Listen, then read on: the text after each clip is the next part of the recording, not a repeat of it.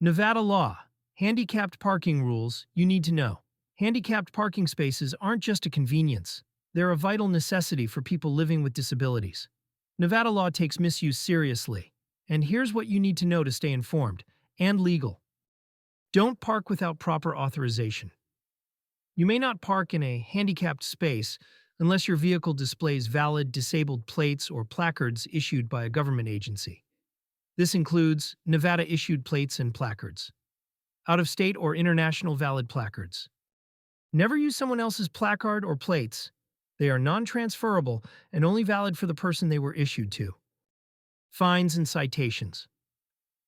Illegally parking in a handicapped spot in Nevada comes with a minimum $250 fine. But that's not all.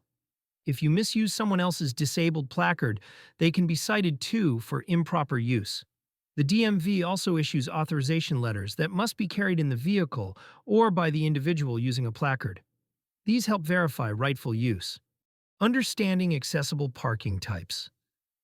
There's a key difference between standard handicapped parking and van accessible spaces. Standard accessible, for general use by people with disabilities. Van accessible, reserved for vehicles equipped with side-loading wheelchair lifts. Look for blue-striped access aisles.